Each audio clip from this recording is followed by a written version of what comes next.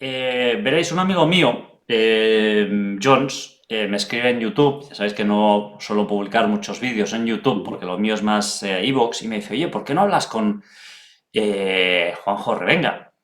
Y aquí estamos. Juanjo, muchísimas gracias por venir aquí a Misterios Universales. Todo lo contrario, muchas gracias y encantado de estar contigo, Arturo. Muchísimas gracias, Juanjo. Bueno, para quien no lo sepa, Revenga nace en Madrid en 1959, es decir, 11 Ujú, años antes que yo. ¿M? ujú. Fue fotógrafo del mítico diario Ya, y ha sido corresponsal de prensa en muchos conflictos bélicos, en Nicaragua, en El Salvador, en Panamá. Ha vivido muchísimas cosas. Entre otros libros, ha escrito en 2017 Civilizaciones bajo la Tierra. Tengo aquí. Un libro interesantísimo que es la segunda parte del libro que hablaremos hoy, La última bala. Otro libro que, bueno, si Juanjo me permite, os lo traeré otro día aquí, Sí, que se llama Zombie, que este es espectacular. Yo ya no lo he ujú. leído, pero ya he empezado a chusmear bastante. Y este libro, Muerte en Medellín, que sería la segunda parte del primero, que era la última bala. Em, ¿Quién es Juanjo Revenga? Juanjo. Hombre, pues un buscador. Lo podemos dejar siempre en un buscador de respuestas, pero ya sabes lo que pasa. Cuando vas buscando respuestas te vienes con más preguntas de las que llevabas. Pero bueno, al fin y al cabo las preguntas o las respuestas, buenas o malas, te las traes tú. No las ves, no las escuchas, no te las cuenta otro.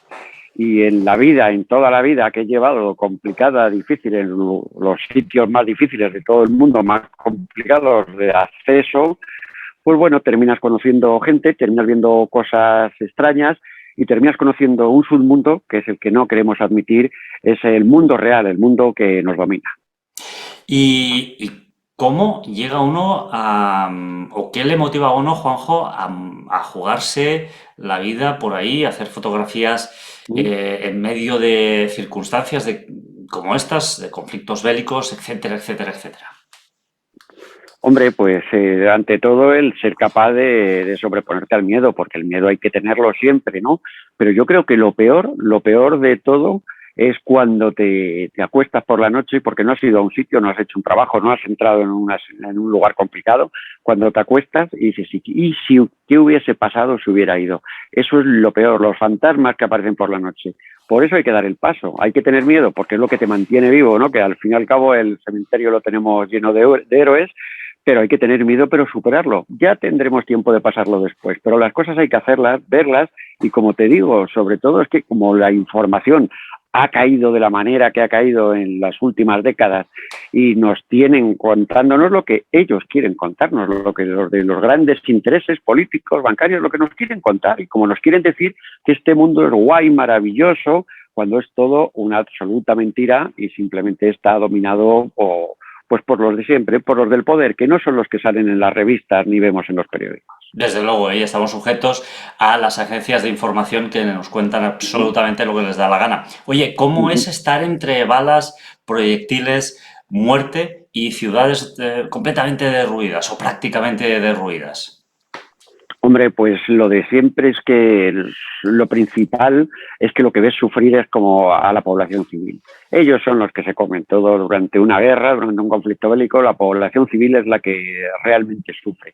Yo he tenido muchas cosas que, bueno, ya más anécdotas, historias, pero por ejemplo tengo una con los cosacos del Don, yo estaba con ellos, íbamos de campaña y bueno, pues había hasta una que yo viví en Rusia del 90 al 94, viví en Rusia y claro, tenía mucha confianza con ellos. Por las noches, aquellas fiestas cosacas, había tipos que se comían 12 huevos fritos, peleándose a cabezazos porque no les permite la ley cosaca pelear con las manos. Tal. Bueno, había buena. Había uno que especialmente me llevaba bien con él y sacaba el coñac armenio en garrafa y lo bebíamos por la noche y por la mañana nos íbamos al frente. Pero claro, al frente no como en las películas en un Humvee ni en un BMR ni nada de eso, no, en un autobús. En el autobús nos subíamos al autobús y nos llevaban al frente a conquistar el siguiente pueblo. Pues claro, llegamos al siguiente pueblo, todo el pueblo delante, fuera del pueblo. Y este amigo, el con el que estaba, pasaba yo las noches, pues se acerca al primero que pilló y le cortó los huevos con unas tijeras de podar. Se rindió el pueblo. Hostia. El Uf. pueblo se rindió sin un tiro, se acabó. Este era el amigo con el que pasaba yo las noches. Digo, vaya, esto es la realidad. La realidad del mundo, la realidad de la guerra y la realidad de los que sufren. ¿Y todo por qué? Pues porque alguien saque algo de ese tipo de operaciones.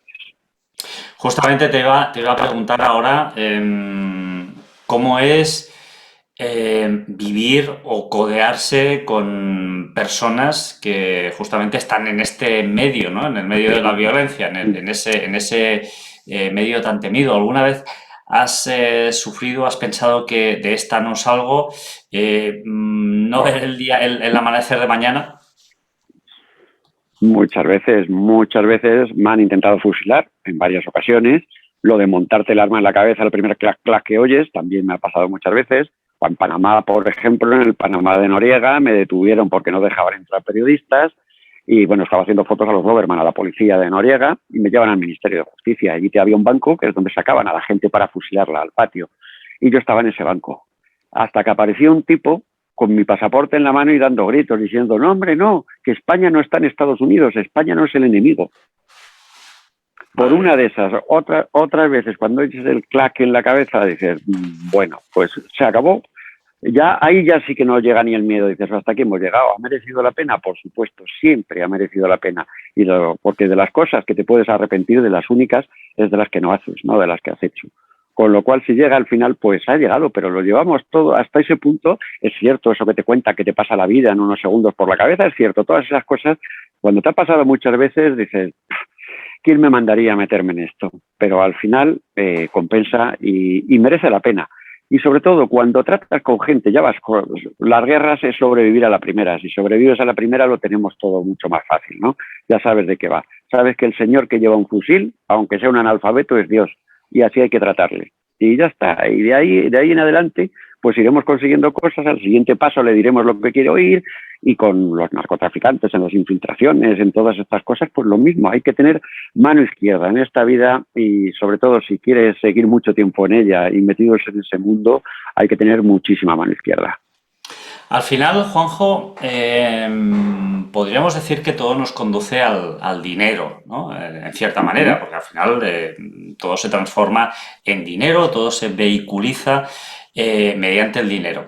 Cuando hay un exceso de dinero hay que colocarlo. Hay sistemas Sí. para colocarlo, el GPI, las tarjetas de crédito virtuales. Hoy en día no hace falta ni ir a un banco, ya te descargas una tarjeta de crédito virtual, las criptomonedas, las casas de cambio, por ejemplo, en México, las plataformas de alto rendimiento, los commodities, las criptomonedas, las propiedades, las obras de arte. Otra. Todos estos mecanismos de lavado de dinero, evidentemente, tienen que tener personas con un cierto rango, por así decirlo, que lo sustenten y lo respalden, ¿no? O sea, el sistema, en cierta manera, aunque vaya contra estas cosas, hay una parte de él que lo sustenta, Juanjo, porque si es que si no sería Sí, sí, imposible sí. colocar toda esta cantidad ingente, por cierto, a veces de dinero. Exactamente, acabas de poner el dedo en la llaga. Estamos hartos de oír cómo se lucha contra el blanqueo de capitales.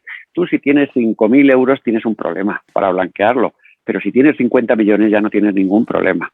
Entonces entramos en cualquiera de los métodos que acabas de nombrar y no pasa nada. Y esto es como me dijo una vez José Amedo, hablando del gas, del GAL, cuando crearon el GAL, y cuando me decía, dice, ¿tú te crees que si no está hasta el último estamento de los gobiernos enterado y aprobando lo que estamos haciendo, esto no dura ni 10 minutos? Esto se cae y detienen hasta el último.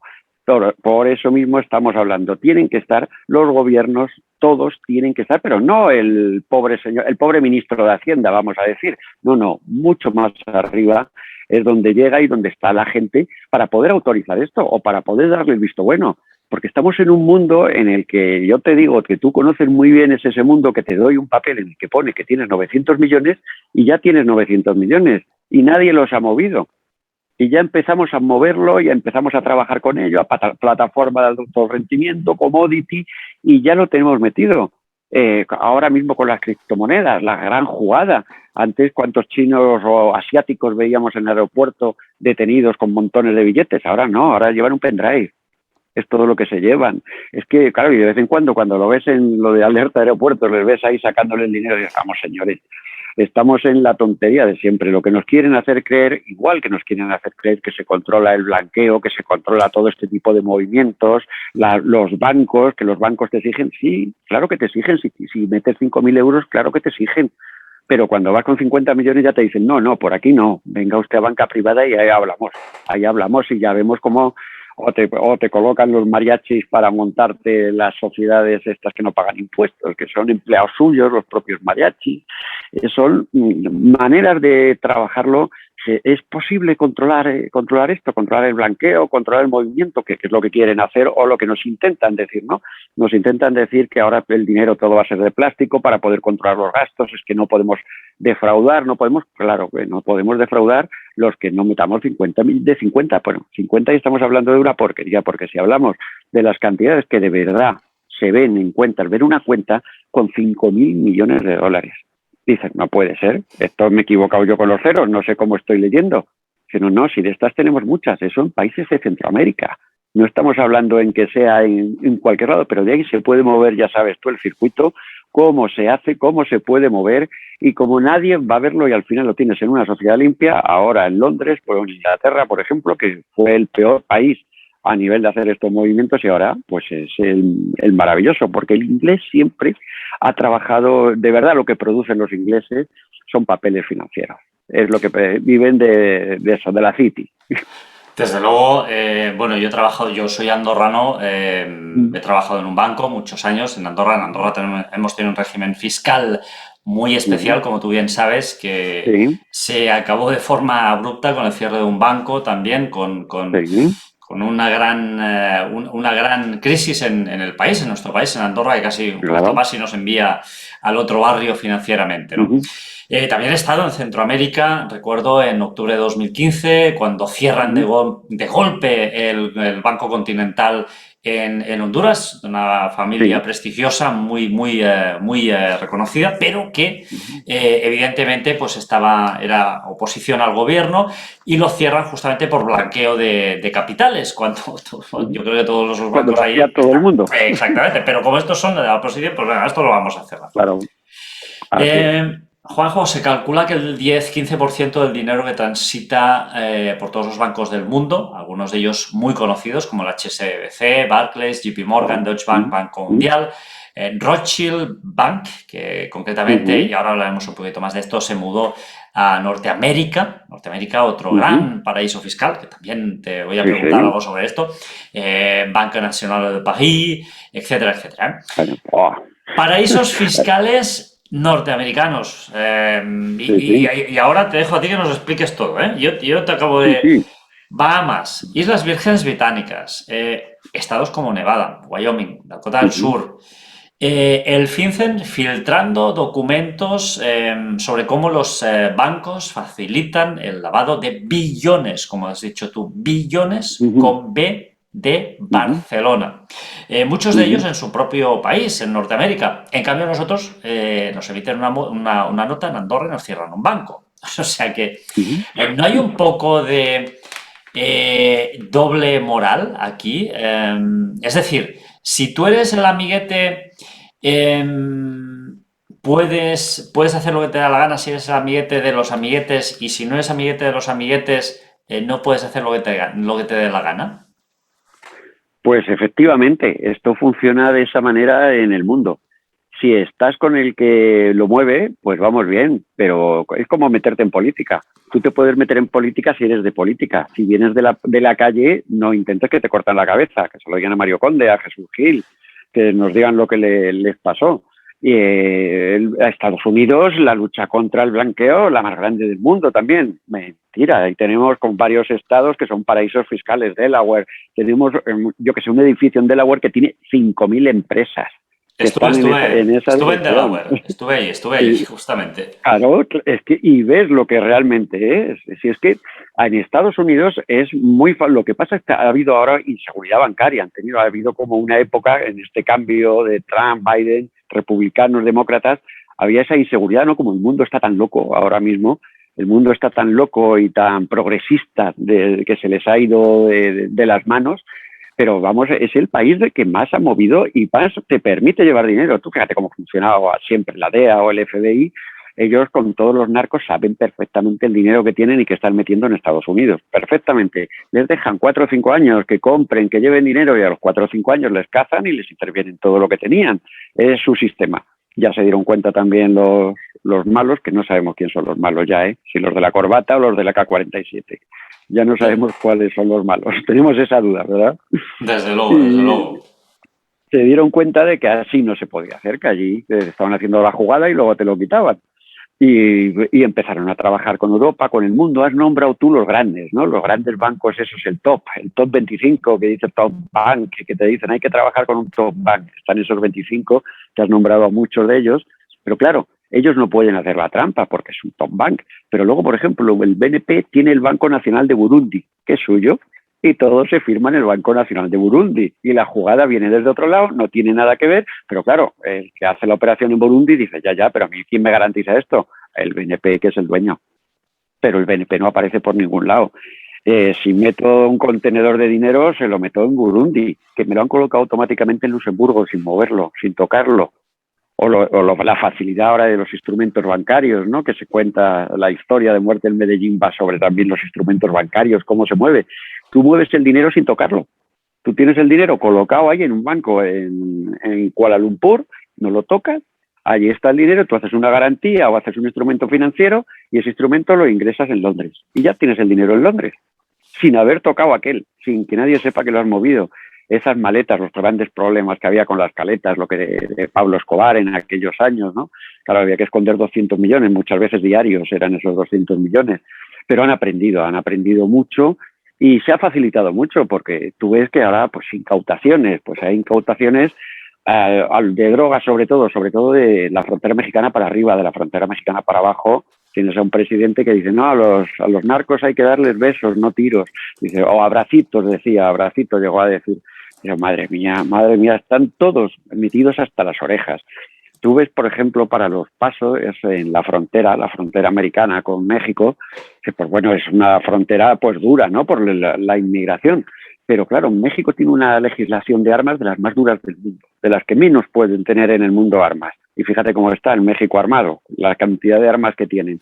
Pues cuando pasan por una gate, por una puerta de San Diego hacia Tijuana, pues bueno, te dicen hoy al señor de la puerta, policías americanos, hoy todas las matrículas que terminen en 25 tienen que pasar sin que los pares. Y tienes dos opciones, o pasan las del 25 o cuando llegues a tu casa no está tu mujer y tus hijos. Dices, ¿qué prefieres? ¿Llevarte $15,000 que les dan por un día o prefieres arriesgarte al otro? Son hombres y el problema está siempre en el hombre. El hombre siempre tiene un precio en la banca, en la política y sobre todo no es que tengan precios, que es lo que no tiene es límite, el hombre. Porque tú tienes 200 millones y dices, bueno, o 2 millones, hoy mismo, si ya no me los gasto en la vida. Y la gente tiene 2.000 y sigue cogiendo y siguen amasándolo por el poder, porque ya no buscan el dinero, buscan el poder, el miedo, el que les teman, que los respeten, como les pasa a los grandes, ¿no? A los grandes traficantes y políticos.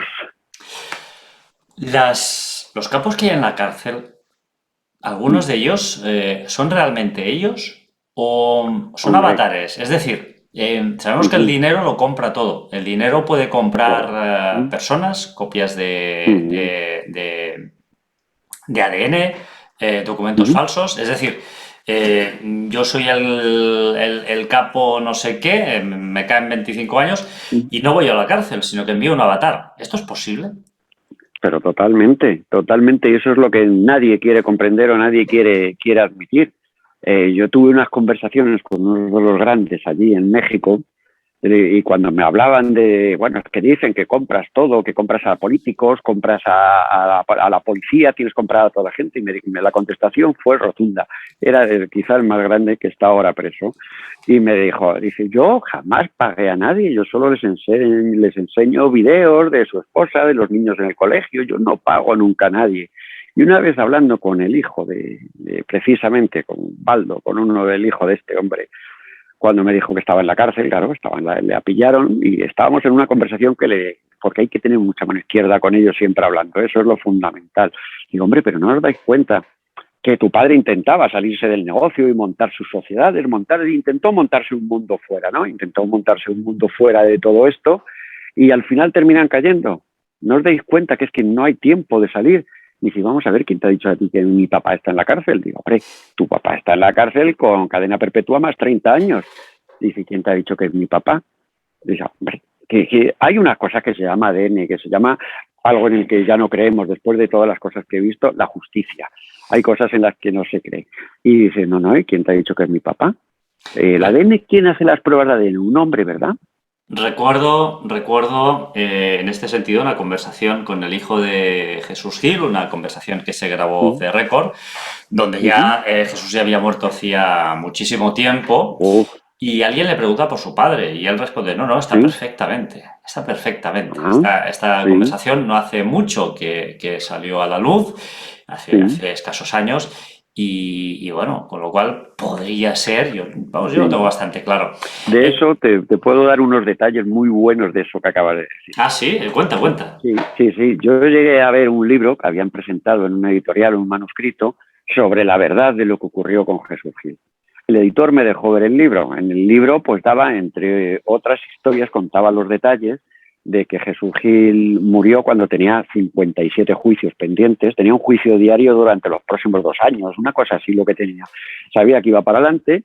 Jesús Gil murió en un hospital, el médico que firmó su defunción, a la semana murió en un accidente, a él le velaron en el estadio Vicente Calderón con el ataúd cerrado, nadie le vio nunca muerto, y eso dio a muchos, y todos los que le rodearon y los que estuvieron metidos en esto fueron desapareciendo poco a poco.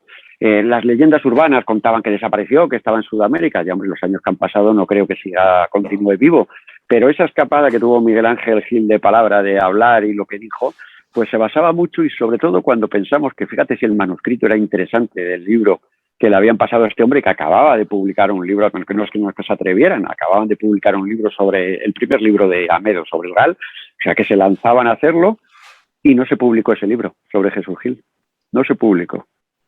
O sea que no va descaminada la historia. Desde luego. Mira, tú antes lo has dicho, ¿no?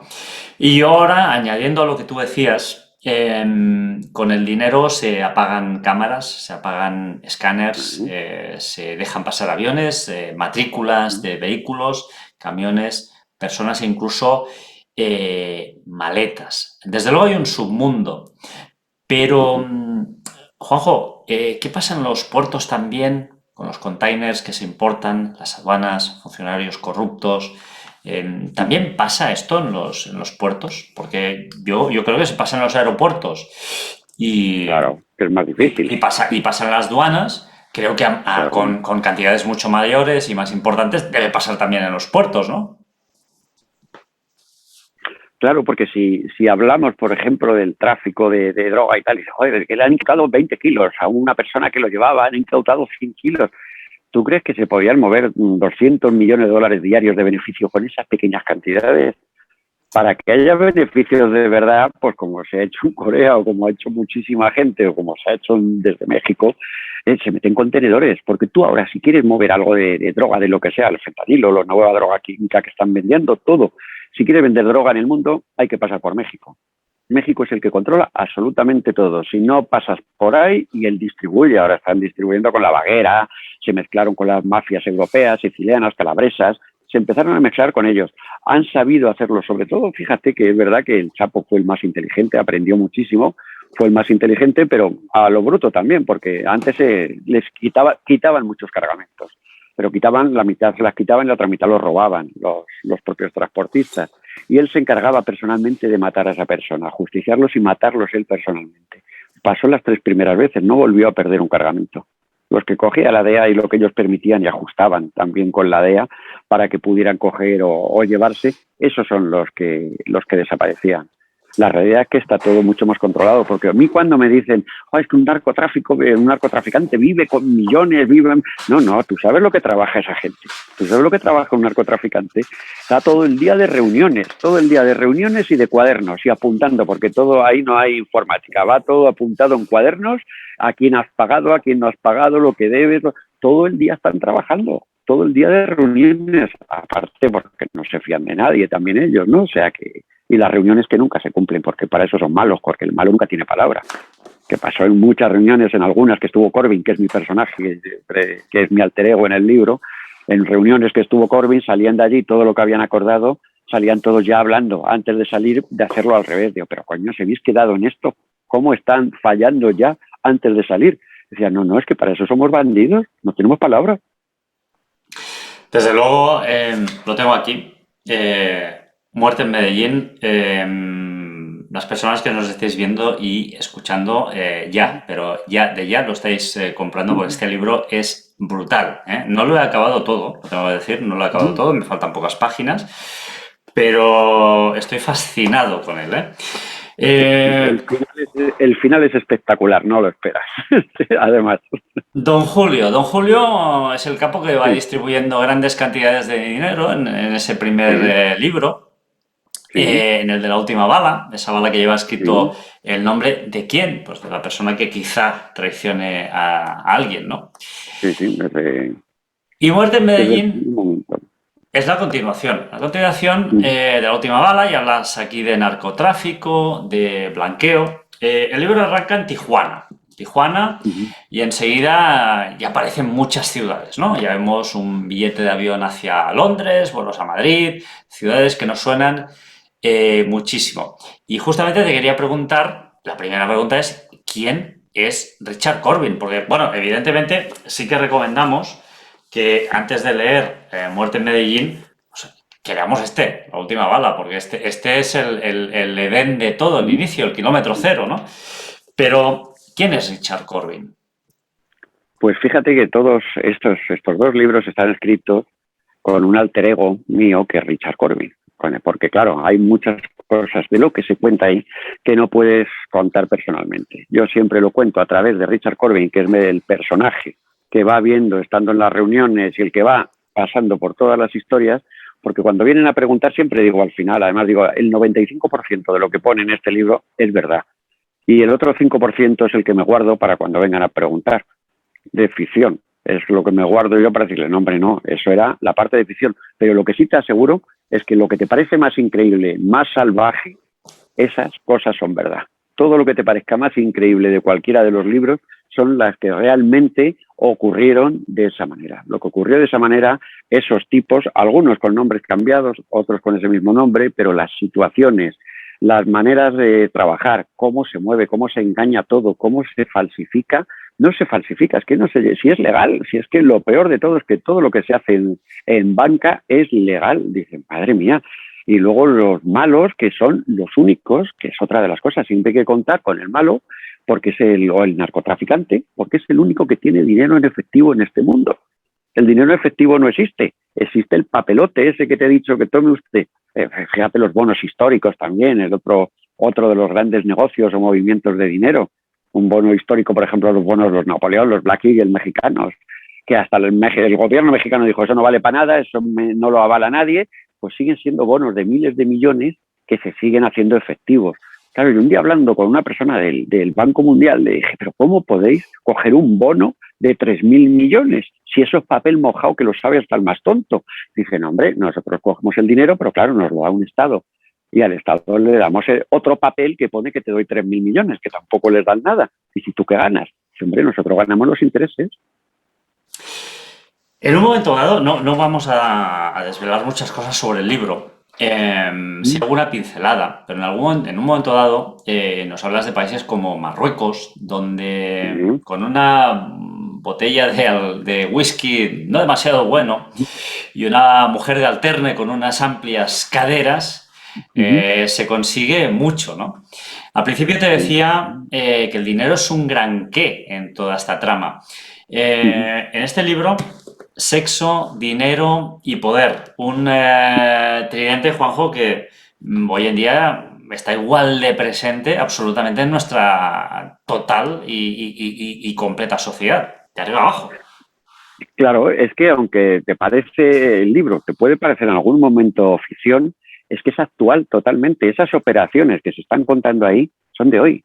son de la semana pasada. Son operaciones que se están llevando actualmente. Lo que dices tú que se consigue en Marruecos por un poco de whisky y una mujer, en Sudamérica cambiamos a las botellas de 4 o 5 mil dólares de tequila, a esas cosas que yo solo sé, vamos, ni en los mejores hoteles del mundo he visto los muebles bares que ha visto Richard Corbin allí. Y en ¿no? México también. En México es tremendo. Yo he visto muebles bar que pueden ser 100.000, 200.000 dólares, un mueble bar en bebidas de lo que hay allí. Pero claro, ese es el mundo real. Y ahora se están metiendo muchos países, como Marruecos también. Lo que pasa es que tienen mala fama. Están empezando a tener mala fama porque igual que hay muchísima oferta con papel, con objetivos financieros que se crean, también hay todos los falsificadores y estafadores del mundo están metidos en esto, claro.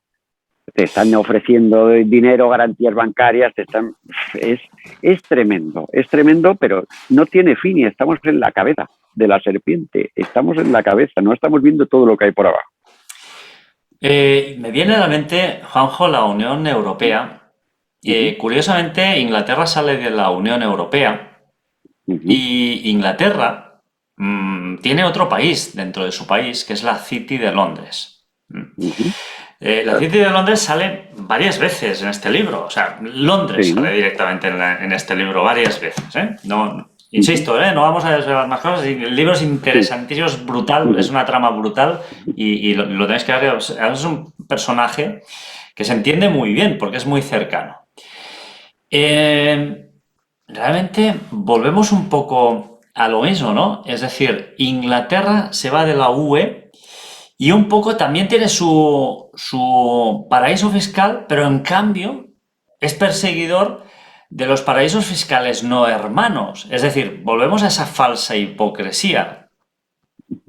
Claro, tú fíjate, es que esa es la realidad absoluta. La realidad absoluta es que todos los Bahamas, todos los bancos que hay en Bahamas, hay Barclays en Bahamas, hay bancos principales ingleses, pero claro, tú llegas allí a Bahamas, no vayas a un cajero a sacar dinero, allí es una caja de Coca-Cola, un señor sentado allí en la caja y una mesa de madera y pone que es Barclays, pero no, el dinero está en la City. Tú ingresas en Bahamas y no estás ingresando en Bahamas, estás ingresando en la City, en los bancos de Londres, y ellos son... Porque eso cuando lo que te comentaba, dice, ¿qué fabrican? Sí, 4 coches, 4 historias. La verdadera industria inglesa es el dinero. Fue la Commonwealth, fue mover el dinero y ahora mismo tienen esto. Porque fíjate que sí, estaban en la Unión Europea, pero su moneda no la soltaron. Sabían el valor de los papeles que vendían poniendo libras. Sabían el valor que eso tenía, porque ellos venden, porque ya sabes tú lo que son las entidades financieras, lo que venden es papel con un número y ya está. Y que tenga, hombre, pues si está respaldado por un top bank, pues ya estamos. Un banco español muy conocido emitía acciones preferentes en las Islas Caimán. Claro. Y yo he vendido de este banco, yo las he vendido en Andorra. Sí. Mira, en tu libro encontramos muchas claves que son y que a mí me han impactado muchísimo. Insisto, no he podido llegar al libro porque no me ha dado tiempo a acabar de leerlo porque lo recibí hace nada. O sea, cuando es nada, te digo nada, hace 3 días. Pero hay claves muy interesantes, como incluso llegas a describir las chaquetas M65 que llevan estos personajes.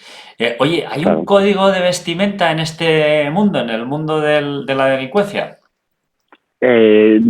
Sobre todo en este tipo de, por ejemplo, la chaqueta, la M65, la MA1, eso es la comodidad y el revolcón, que te vale para todo, te vale para entrar en un hotel de 5 estrellas, te vale para revolcarte por el suelo cuando empiezan los tiros, vale para un uso de trabajo. Es la chaqueta de trabajo que no se va buscando el ir vestido con un traje maravilloso, que cuando hay que hacerlo también se hace y te vas a comprar un traje, por ejemplo, en Singapur, te lo compras en 2 horas, tienes el traje hecho y vas a la reunión con el traje que te han traído hasta la camisa y los zapatos a juego, y vale $50 el traje.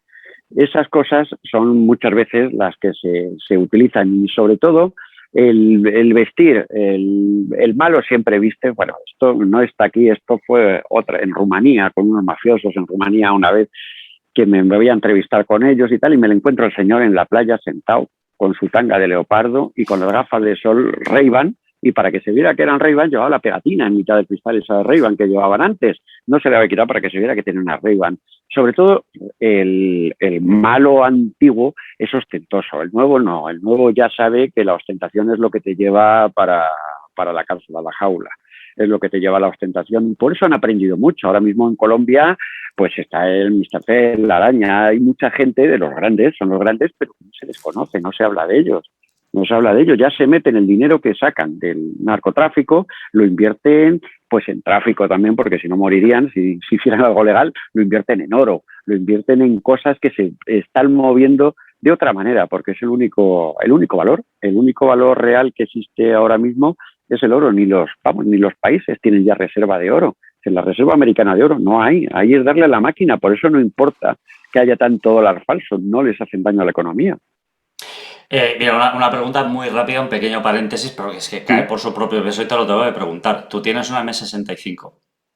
Sí, claro, tengo varias, de todos los colores, creo. Creo que de todos los colores. Es que no podía resistir la pregunta, ¿eh? Sí, sí.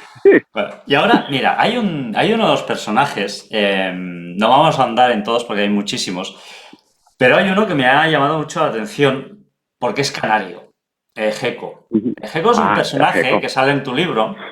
Y en síntesis, en titulares, es un tipo que arruina a su familia con las drogas, se va a Málaga, un lugar también con cierto imantismo, hace ciertas actividades también, conoce un tipo marroquí que trabaja en el estrecho. ¿Este personaje es real?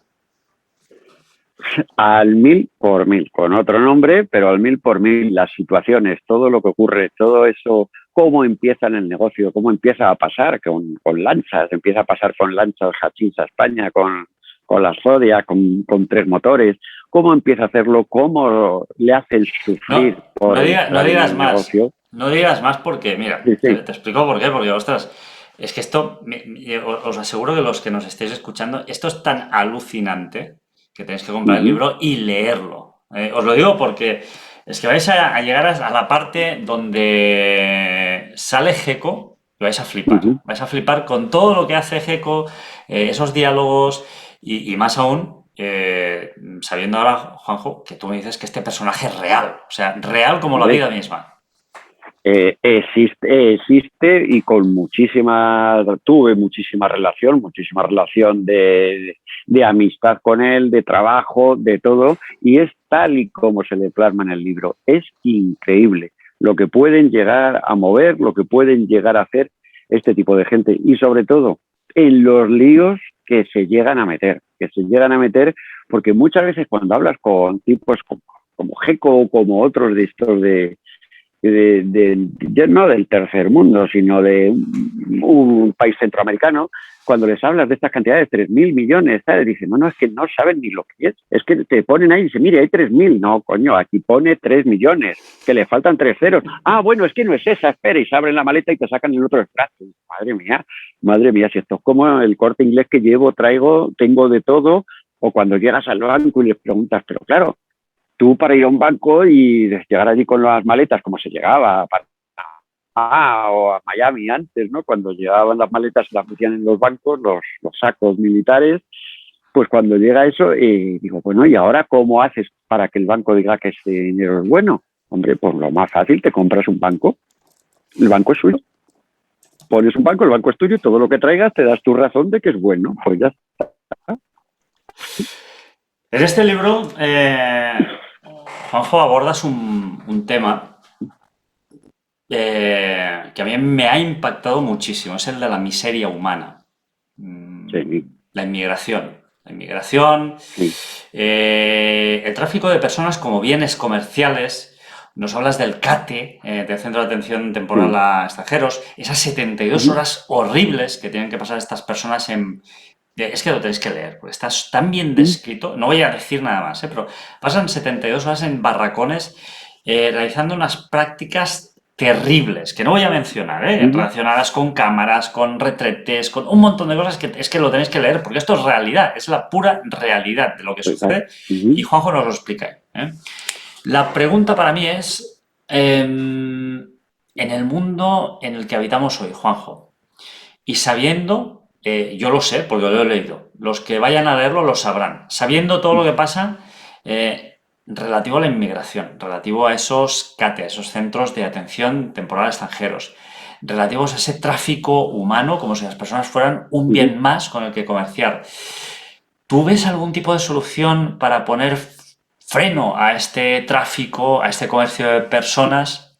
Sí. La única solución y cómo se frenaría, se pararía esto y se aceleraría de otra manera es que no se estén llevando las cantidades ingentes de dinero que se están llevando los que los manejan, pero no hablamos de la parte delincuente, hablamos de la otra parte, de la parte de los buenos, de los que falsamente son buenos, los que vemos en la tele con la corbata. Esos son los que realmente, y por eso no tendrá esto fin, porque son los nuevos fondos reservados. Esto ahora mismo la inmigración es eso. Hay solo dos políticas, Juanjo, para mí, la guarra y la muy guarra. Y esta no es una frase mía. Sí, sí. Mira, hay una frase que me impacta mucho y está justamente en referente a los cates y dice, mira, tu hijo es celíaco y para él no hay menú, pero si es musulmán sí que hay menú. ¿Dónde Claro. hemos llegado? ¿Dónde hemos llegado, Juanjo? ¿Qué es lo que está Aún, sucediendo en nuestra sociedad? ¿Qué es lo que está pasando, con perdón, coño, en tu país, en España? Pues no sí, es mi sí. país, porque yo soy andorrano, pero no solo en España, porque esto está, se lo podemos extrapolar a muchos países de la UE. ¿Qué está sucediendo en la UE? Al mundo. ¿Por qué se da más, somos más empáticos con ciertas personas y no cuidamos a los de casa?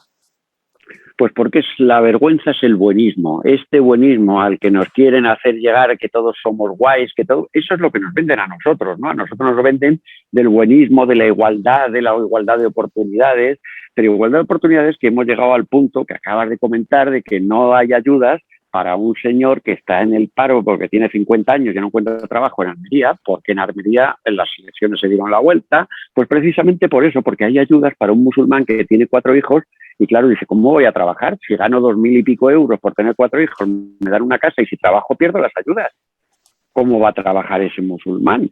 Pues todas esas cosas que dices, eso había que acabarlo. Mira, en Dinamarca están empezando ya a cortar por ahí, están empezando a cortar muchas cosas, de decir, mire, estamos aquí para ayudarles, no para que vengan a reírse de nosotros. Pero claro, ¿por qué no se corta desde donde hay que cortarlo? Que estamos hablando desde las altas cúspides, ¿no? ¿Por qué no se corta? Pues no se corta precisamente por eso, porque esto es un negocio y allí sí están recibiendo dinero. Pero el buenismo y el hiperprogresismo no nos puede llevar nada más que al caos, que es donde nos ha llevado. Pero es que es mundial. Luego ves las cosas que van pasando por el mundo. Y el otro día hablaba ahí en el canal mío de YouTube, en el J. o J. Revenga, hablaba sobre Lucifer y hasta aquí. Lucifer ya está aquí y decir, bueno, es que no hace falta que venga el demonio cuando venga no vendrá solo, que es lo que decía el libro del Apocalipsis, el anticristo vendrá acompañado de montones de personas poderosas. Las personas poderosas son este mundo de políticos que se han juntado para realizar estos actos y llevarnos a... Bueno, es que parecía impensable una política estadounidense como la que estamos viendo, una política como la nuestra, haciéndonos el hazmerreír del mundo.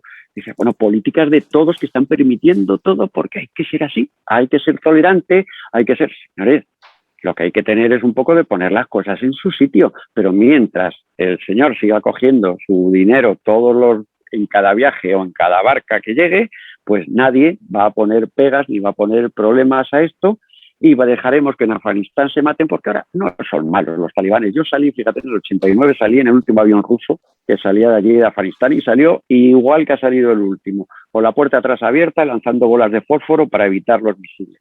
Así salí y luego a los 20 y tantos años ha vuelto a pasar lo mismo. Y luego todavía nos seguimos planteando que es que no se debía de atacar, no debían de entrar, pero si es que son países que primero no ha habido ningún problema. Cuando entraron a Afganistán, entraron los americanos, era lo del opio, era algo, pues bueno, pues sí, que lo hacían culturalmente. Y cuando se han ido es el mayor exportador mundial de opio. Para esos señores hacen falta socios, para hacerse el mayor exportador. Hacían falta socios también en el Triángulo de Oro, en Camboya, Laos, Vietnam. Para exportar aquello hacía falta una gran agencia para que fuera su socio y poder distribuirlo en el mundo. Eso es como se ha hecho siempre. ¿Y por qué vamos contra Colombia? Porque Colombia no es socia de nadie, porque México no es socio de nadie, nada más que de sus políticos, pero no son socios de las grandes agencias, que son los que realmente manejan esto en el mundo y se llevan las cosas en el mundo. Pero mal arreglo tiene, sobre todo, el que pensemos que si no cambiamos este buenismo, nos van a comer, ya nos están comiendo. Lo estamos viendo que ya el que menos derechos o menos valores tienes en tu propio país lo están empezando a ver en Europa oriental, occidental, lo están empezando a ver. Pero claro, es que a lo mejor ya es tarde. Juanjo, hoy es día 15 de septiembre de 2021. Estaba viendo el debate sobre el estado de la Unión Europea y he visto un trozo donde salía Ursula von der Leyen y me he quedado alucinado porque decía, hostia, es que hay que quitar el IVA de las armas entre los países de la UE para que así se incentive el mercado. Oye, yo es que estoy alucinando. Es decir, no somos capaces de quitar el IVA de ciertas cosas como artículos de primera necesidad para las mujeres, artículos íntimos, o rebajar el IVA del teatro, por decirlo de alguna manera, que es una vía de escape para la gente, pero hay que dejar el IVA cero de las armas. ¿En qué mundo vivimos? Pues un mundo absurdo que nos lleva a esto, que nunca nos había pasado, el muchas veces decir, pero ¿qué puede ser? Esto es una broma, ¿no? Lo que estoy oyendo es una broma, ¿no, señores? Cuando nos queramos dar cuenta de que todo esto es real, que el IVA se sigue pagando en los libros, en los alimentos lo siguen subiéndolo todo y que se quite de las armas, cuando luego te dan los mayores impedimentos del mundo para tenerlas. Pero, claro, si tú fabricas y vendes fuera, porque cuando vemos todas esas guerras de pueblo hay que pensar una cosa, que eso no se compra en una ferretería, que eso se compra a través de un intermediario que compra en la fábrica, pero el que figura es el intermediario, nuestro traficante de armas, y siempre cuando hablo de este tipo de gente, siempre digo, hombre, un traficante de armas, un traficante de droga, son gente que nunca invitarías a la comunión de tu hija, pero que la gente tiene que darse cuenta de que gracias a ellos y a que ellos existen, tenemos el mundo que tenemos, porque hay un enemigo, hay contra quién luchar, hay gente que maneja el efectivo, hay gente que mantiene las fábricas vivas porque pueden hacer esas ventas, porque si no estaría prohibidísimo, ¿no? Que un Estado vendiera a los dos bandos, por ejemplo, y es lo que normalmente pasa, porque una guerra es una guerra y ahí gana pues el más bruto, pues dice, no, es que estos están haciendo, están tal, pues ganará el más bruto, es que esto es así, señores, las guerras son guerras, las conquistas fueron conquistas, cuando hablan de lo nuestro en Sudamérica, lo que hicimos, oiga, que a nosotros también vinieron los romanos y nos sacaron todo y mataron todo lo que pudieron, eran guerras, eran conquistas, es que ya poco menos que hablar de esas cosas y de la realidad de la vida, pues eres un Mengele, vamos. En tu libro nos hablas de testaferros. De hecho, Gecko, al principio de su vida lo fue porque le pusieron un apartamento a su nombre. Nos transportas a Casablanca, a Medellín, a Madrid, a Tijuana, a Fortaleza en Brasil, en Singapur, y a su hotel, el Marina Bay, entre otros. Que en este libro viajaremos y exploraremos un montón de lugares, cenas entre narcotraficantes, encuentros, os aseguro, de lo más rocambolescos. Vamos a ver incluso modelos de armas, bancos, empresas tapaderas, un montón de tipos de tráfico, operaciones, bodas, funerales y encargos, amigos, de lo más funestos. Vamos, que nos vamos a adentrar en un mundo absolutamente peligroso, del cual os puedo asegurar que vamos a salir absolutamente indemnes y sin una sola marca o mancha en la solapa de la chaqueta, incluso cuando lleguemos a esta página, a la página 343, que es la que marca el final del libro. O sea, os recomiendo a todos que compréis este libro, porque este libro es mucho más que un libro, es una historia real, de mentiras, como dice en su carátula, financieras, de acción, magia y caos. Juanjo, tú tienes, has dicho antes, un canal en YouTube. En YouTube, sí, J.Revenga. J.Revenga. Twitter, Instagram, ¿alguna red social más? No, nada en más. redes nunca. Corbin no está nunca en redes, no puede estar ahí. YouTube, no puede estar por ahí. YouTube y se acabó. O sea, que los que quieran seguirte... Un canal donde cuento mis opiniones, unos trozos de mis documentales, porque he producido documentales también por todo el mundo, y algunos trozos de documentales y mis opiniones, sobre todo mis opiniones de las cosas que he visto, no de lo que me han contado. En primera persona, señores, en primera persona. Juanjo Revenga, me quito el sombrero. No sé si quieres añadir algo más. Nada, sin ningún problema. Me parece una entrevista perfecta porque sabes de lo que estamos hablando, sabes de economía, sabes todas estas realidades que son ciertas y pocas veces encuentras una persona así. De verdad, muchas gracias, Arturo, y cuando quieras, cuenta conmigo. Muchísimas gracias y de verdad me quito el sombrero y te hago la ola porque realmente hoy he aprendido muchísimo. 1.000 millones de gracias y espero que los que nos habéis visto y hayáis escuchado también hayáis aprendido igual que yo. Juanjo, repito, muchísimas gracias. A ti siempre, Arturo. Hasta Y la próxima. hasta pronto.